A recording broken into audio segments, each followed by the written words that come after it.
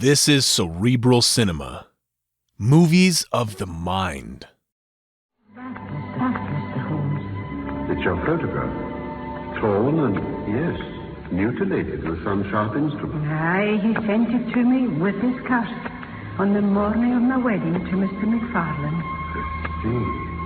Have you ever told your son of this? I don't recall. Why? Because if the police were to learn that you had, they would mark it down as providing an additional motive for him to have murdered this man. But no case was too hopeless for my friend Sherlock Holmes when he was defending the life of an innocent man. My name is Watson, Dr. Watson, and it was my privilege to share the adventures of Sherlock Holmes. I will tell you what happened in the case of the Norwood builder. Hardly any case began more abruptly, as you may judge for yourself in a moment. What on earth? Mr. Sherlock Holmes, you mustn't blame me. I'm nearly mad. Mr. Holmes, I am the unhappy John Hector McFarlane. Have a cigarette, Mr. McFarlane.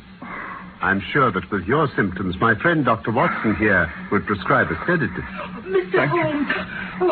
Oh, Mr. Holmes, I do beg your pardon, but the young gentleman just ran on ahead of me. Don't worry, Mrs. Hudson. Just leave us, please.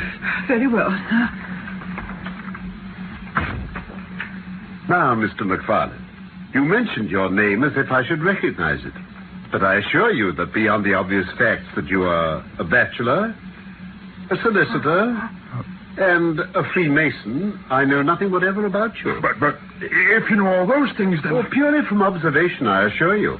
May I say it, the untidiness of your attire, the sheaf of legal documents protruding from the jacket pocket, the Masonic watch charm. Quite straightforward, eh, Watson? Oh, quite. I'm all of that. And in addition, I'm the most unfortunate man in London at this moment. I appeal to you, Mr. Holmes. If they come to arrest me before I finish telling you my story, make them give me time to tell you the whole truth. Arrest you? On what charge? For the murder of Mr. Jonas Oldacre of Lower Norwood. Well, Holmes. True, Watson. It was only a moment ago, Mr. McFarlane, that I was remarking to my friend that sensational cases had quite disappeared out of our newspapers. Is that so? Then you haven't looked very closely at that one there, have you? Eh? See? On the very front page. Indeed. Watson, if you'd be so good. Oh, certainly, Holmes. Mysterious affair at Lower Norwood. Suspicion of murder and arson. At about 12 o'clock last night, an alarm was given that a stack of timber was on fire at the yard of Mr. Jonas Oldacre, a well-known builder of Lower Norwood. The engines were soon upon the spot, but it was impossible to arrest the conflagration until the stack had been entirely consumed. Surprise was expressed at the absence of the owner of the establishment, and investigations revealed that a murderous struggle had apparently taken place in his study, where slight traces of blood were found. An oaken walking stick found there bore bloodstains on its handle, and a safe had been opened and papers scattered about the room. It is known that Mr. Oldacre received a visitor yesterday evening, a young London solicitor named John Hector McFarlane, who is now being sought by the police for his help in their inquiries. You see? Now read out the stop press. There, below. What, here? Yes. Yes. Police theory, victim was clubbed to death in his room, papers rifled, and dead body dragged across the woodpile, which was then ignited so as to hide all traces of the crime. Great heavens. Yes, the case has certainly some points of interest. May I ask, Mr. McFarlane, how it is that you're still at liberty? I live with my parents at Blackheath. But last night, having to do business with Mr. Oldacre late in the evening, I stayed in an hotel at Norwood. I knew nothing of this affair until I read that newspaper account on the train to the city. I hurried at once to put the case in your hands. As a matter of fact, I swear a man followed me out of London Bridge Station. Come in. Inspector Lestrade, Mr. Holmes. No. By your leave, Mr. Holmes. John Hector McFarlane, I arrest you for the willful murder of Mr. Jonas Oldacre. Oh. Thank you, Mrs. Hudson. Very good, sir. Now, McFarlane, it's my duty to warn you that anything you say will be taken down and maybe put in evidence. Lestrade, this gentleman was on the point of giving us an account of the affair, which might aid in clearing it up. All right, McFarlane. Get on with this story. I must explain first that I knew nothing of Jonas Oldacre except that my parents had been acquainted with him many years ago. So I was very much surprised to get a request to go out to his home yesterday evening and advise him on a legal matter. Well, I got to his house soon after 9 and was let in by a middle-aged woman. His housekeeper, I took her to be. My dear young sir, do come in. Thank you, sir. Beg pardon, sir. Shall I serve supper now? In a few minutes, Mrs. Lexington. I'll just acquaint my young friend here with the business I have for him, and then we can discuss it further over the meal. Will that suit you, Mr. McFarlane? Anything you say, Mr. Oldacre. Very good, sir. Very good of you to come all this way, Mr. McFarlane. I knew your parents many years ago, do you know? I have heard your name. No doubt, no doubt. Well, now, to come straight to the point, I asked you here this evening to attend to my will. I see. If you'll read the will for yourself, you'll discover why I sent for you. Very well. Here it is. Thank you. Jonas Oldacre. It's short and to the point, you see.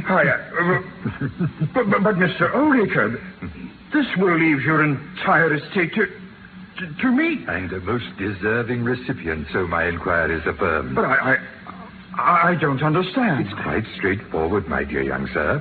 I am a bachelor with hardly a living relation in the world. I knew your parents in my youth.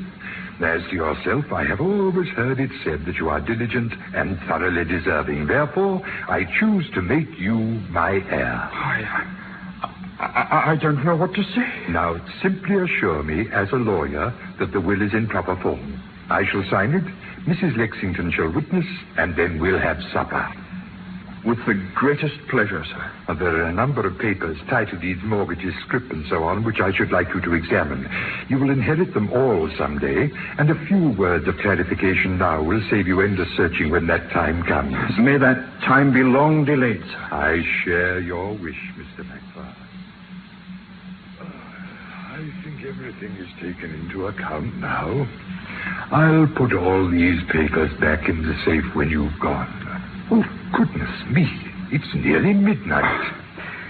It's been a pleasure, sir. Indeed. Oh, don't go that way if you don't mind. Oh, sorry. The doors creak, and I shouldn't wish to disturb Mrs. Lexington unnecessarily. Of course. If you wouldn't mind the French window. Of course not.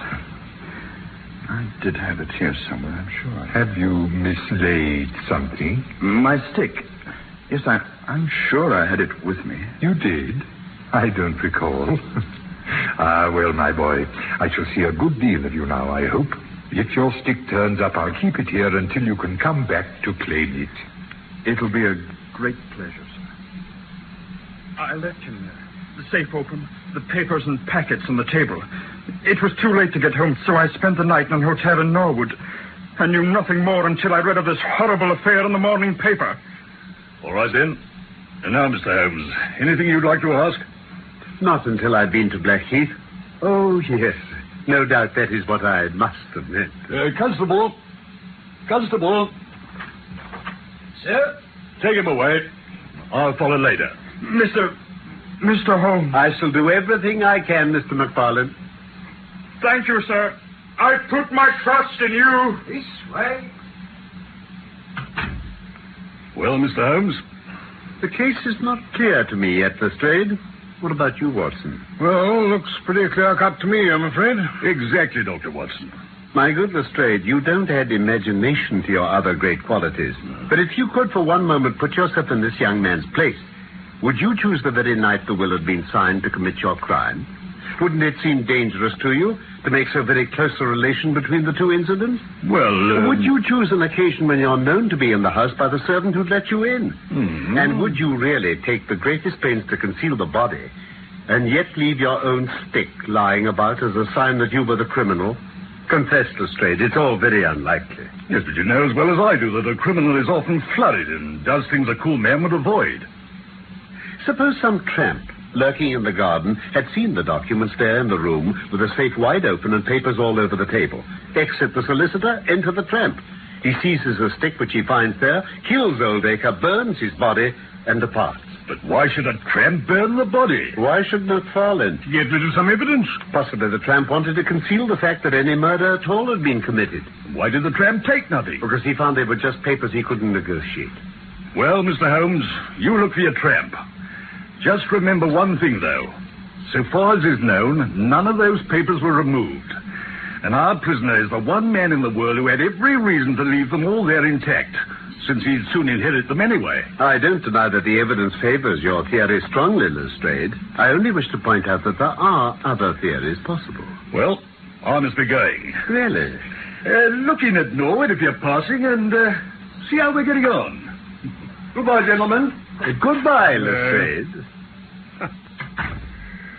Well, he's got a strong case, Holmes. Now, Watson, if you'll kindly help me with my coat. Oh, certainly. Where are you going?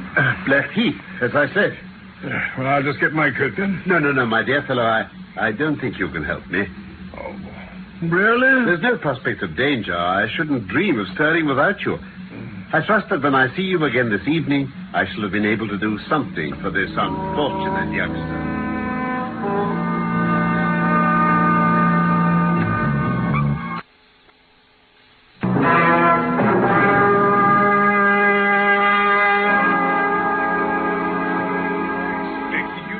Long ago. Oh, it's all going wrong, Watson. Really? British juries have not yet attained that pitch of intelligence where they'll give preference to my theories over Lestrade's facts. Did you go to Blackheath? I did. Young McFarlane's father was away, but his mother was at home. A little fluffy, blue-eyed person. Not guilty, Mr. Holmes. I won't admit even the possibility of it. As to Jonas Oldacre's fate, it neither surprises nor distresses me. Mrs. McFarlane. He was more like a malignant and cunning ape than a human being. Always, even as a young man. I hated that man. I regard his death as a blessing. You knew him from his youth? Oh, I knew him well. He was after me to marry him. Thank heaven I had the sense to refuse. What was his answer to that? Here, I'll show you. I have it in this drawer.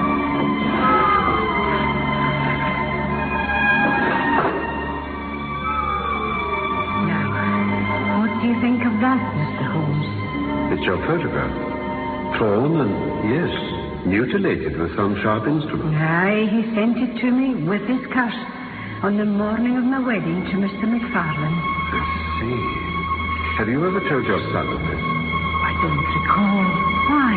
Because if the police were to learn that you had, they would mark it down as providing an additional motive for him to have murdered this man. Revenge for his past cruelty. Mr. Holmes, my son did not kill Jonas Oldacre. Well, at least it could be argued that he would scarcely wait until the insult was wiped out before doing so. Oldacre had left all his property to your son. Neither my son nor I want anything from Jonas Oldacre, dead or alive. Nothing, Mr. Holmes. Nothing. So all you got was more evidence against your client? Nothing to help our own hypothesis, certainly. Oh, what did you do after that? I went to Oldacre's place. They'd just made a great treasure trove. What kind of treasure? Trouser buttons. Trouser buttons? They'd spent the morning raking among the ashes of the burnt wood pile, and a number of trouser buttons had come to light. Mrs. Lexington, the housekeeper, swore they were ones she'd sewn on for Oldacre. Mrs. Lexington, eh? Did you have a word with her, Holmes? I did, Watson. And I'm convinced that she could tell us something if she wanted to. A little dark woman, as close as wax. Shortly before 9:30, Mr. Holmes. And I wish now my hand had withered before I could turn the door knob to it. Yes, Mrs. Lexington, I quite appreciate your distress. Oh, poor dear master, dead and gone. Mrs. Lexington, what time did you yourself retire to bed? 10:30, sir. After I cleared away there's some things and washed up. And where is your room in relation to Mr. Oldacre's study? At the far end of the house, sir. I heard nothing of what happened. What awoke you eventually? People banging on the door with the alarm of fire. I dressed and I went down. I could smell the flesh burning. So could the fireman. Oh, it was terrible. Terrible. quite amazing to think of her sleeping right through a death struggle like that. True, Watson. I feel it in my bones that there's something that hasn't come out. I could read it in her eyes, that sort of sulky defiance which only goes with guilty knowledge. But unless some lucky chance comes our way, I fear that the case of the Norwood builder will not figure in a chronicle of our successes. That's true. I wish I could suggest something, Holmes. There is one curious little point. What's that? I examined Oldacre's bank book amongst the other papers. His balance struck me as rather small for a man of such means. So I looked back through the entries during the last year. I found that a number of large checks had been made out to a Mr. Cornelius. Who's he? I don't know. His name didn't appear in any of the documents. Come in. Oh, what is it, Mrs. Hudson? A telegram for you, Mr. Holmes. Oh, thank you.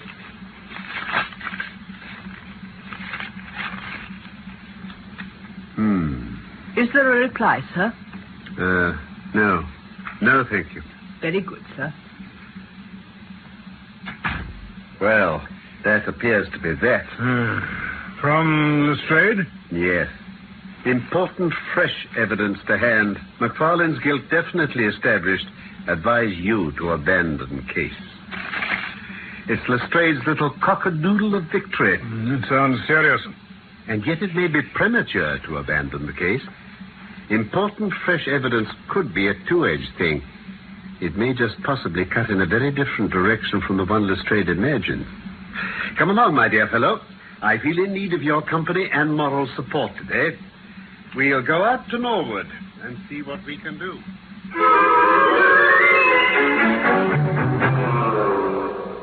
Have you found your tramp?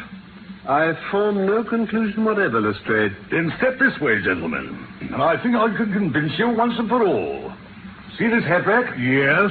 Well, that's where young McFarlane must have come out to get his hat. After the crime was done. Now, I'll strike a light. So gloomy in here. Now, look at this. A fingerprint. In blood. Actually, a thumbprint, Doctor. Look at it through your lens, Mr. Holmes. Yes, I'm doing so. You are aware that no two thumbprints are alike. I have heard something of the kind. Now, let's hold this next to it. The wax impression of McFarlane's thumb taken by my orders this morning. That's final. Yes, that's final. It is final.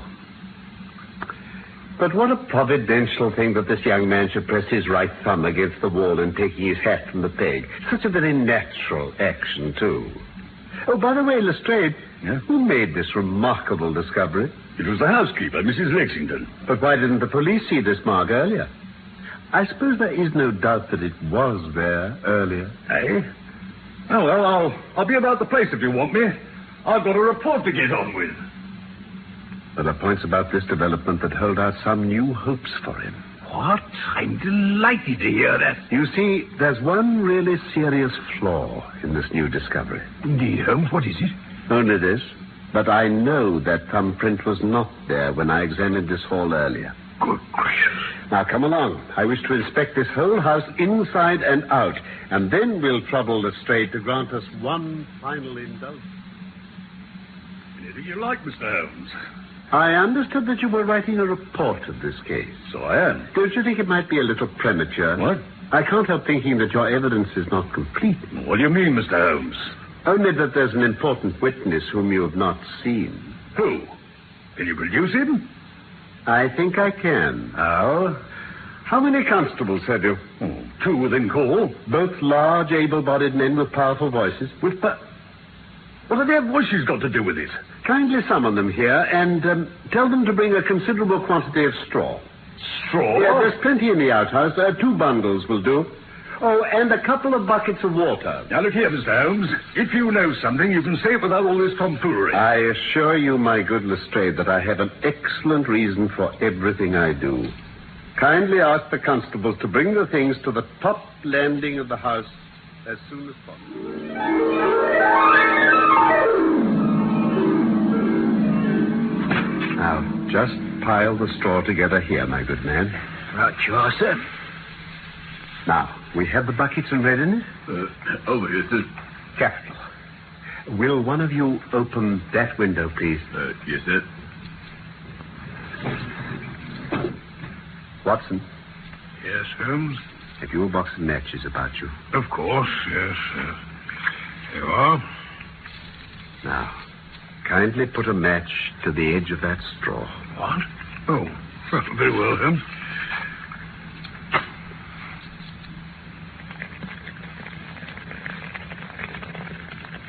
Now, as the draft from the window carries the smoke down the corridor, might I ask you all to join in the cry of fire? Yes, very well. Now, ready? 1, 2, 3. Fire! I'll trouble you once again. Fire! Fire! Just once more, gentlemen, and all together, Watson. Oh. Fire! Help! Save me! For the love of heaven, save me! Hold him, someone. Watson, a bucket of water over that straw, if you please. Right,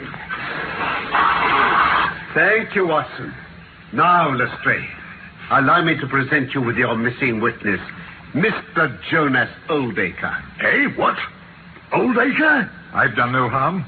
You've got nothing against me. No harm. You've done your best to get an innocent man hanged. It was only my practical joke. Oh, a joke, was it? You won't find the laugh on your side, I promise you. Constable? Sir? Take him downstairs in the sitting room until I come. Yes, sir. Mr. Holmes, you've saved an innocent man's life, and you've prevented a scandal that, well, it might have ruined my reputation in the force. Cheer up, Lestrade. Instead of being ruined, you'll find your reputation enormously enhanced. You mean you don't want your name to appear? Not at all. The work is its own reward. Well, now, let's see where that rat has been lurking. That door he suddenly came out of. I never noticed it. No, because it was so well concealed. He's a builder, remember? Yeah. See here, this little partition? Oh, yes. Almost impossible to distinguish. He was able to fix up his own little hiding place without any confederate, save that precious housekeeper of his. By the by, I should lose no time in adding fur to your bag, Lestrade. Don't worry, she won't get far. Yes, but Holmes, how on earth did you know he was in the house at all? The thumb mark. I'd examined the hall the day before, and the mark had not been there. Therefore, it had been made since.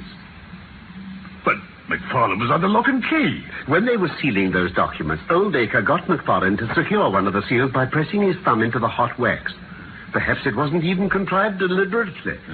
But later, brooding in that hiding place of his, Oldacre remembered it, and it suddenly struck him what absolutely damning evidence he could make against McFarlane by using that thumb mark.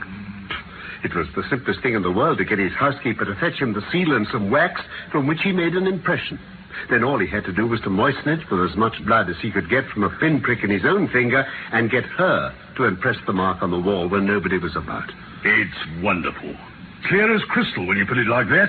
But what's it all about, Mr. Holmes? Ah, a very deep, malicious, vindictive person is the gentleman who's now awaiting us downstairs. You know that he was once refused by McFarlane's mother? No, I didn't know that. You didn't? Ah. I told you to go to Blackheath first and Norwood afterwards. Oh, dear, yes, I know, Mr. Holmes. Well, this injury, as he would consider it, has rankled in his wicked, scheming brain. All his life, he's longed for vengeance but never seen his chance. And now he suddenly finds himself in a bad way financially. To save himself, he pays large checks to a Mr. Cornelius, whom I've no doubt is himself. He intended to disappear under that name, thus escaping his creditors once and for all. And contrived his death to put them off the scent. But he didn't know when to stop, eh? No. That supreme gift of the artist was lacking. He wished to improve what was already perfect, to draw the rope tighter yet round his victim's neck. And in so doing, he ruined all. Diabolical. Mr. Holmes, I congratulate you. Now, let us descend, Lestrade. There are one or two questions I would ask him. It was a joke, my good sir. I'm sure that you wouldn't be so unjust as to imagine that I would have allowed any harm to befall poor young Mr. McFarlane. That's for the jury to decide. And you'll probably find that your creditors will impound the banking account of Mr. Cornelius. I have to thank you for a good deal, Mr. Holmes. Perhaps I will pay my debt someday. I fancy that for some few years you will find your time very fully occupied. Oh, by the way, what was it you put into the wood pile beside the trouser buttons? A dead dog or rabbits or what? Oh, you won't tell? Dear me, how very unkind of you. Well, if ever you write an account, Watson, you can make rabbits serve your turn.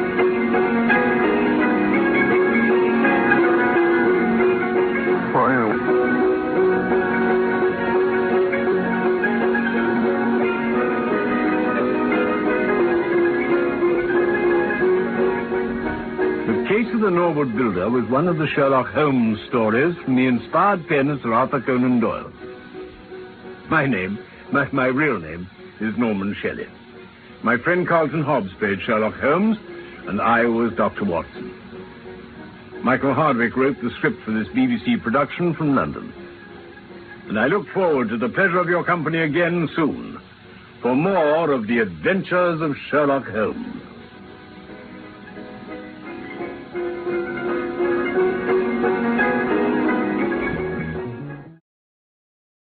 Cerebral Cinema hopes you have enjoyed this movie of the mind.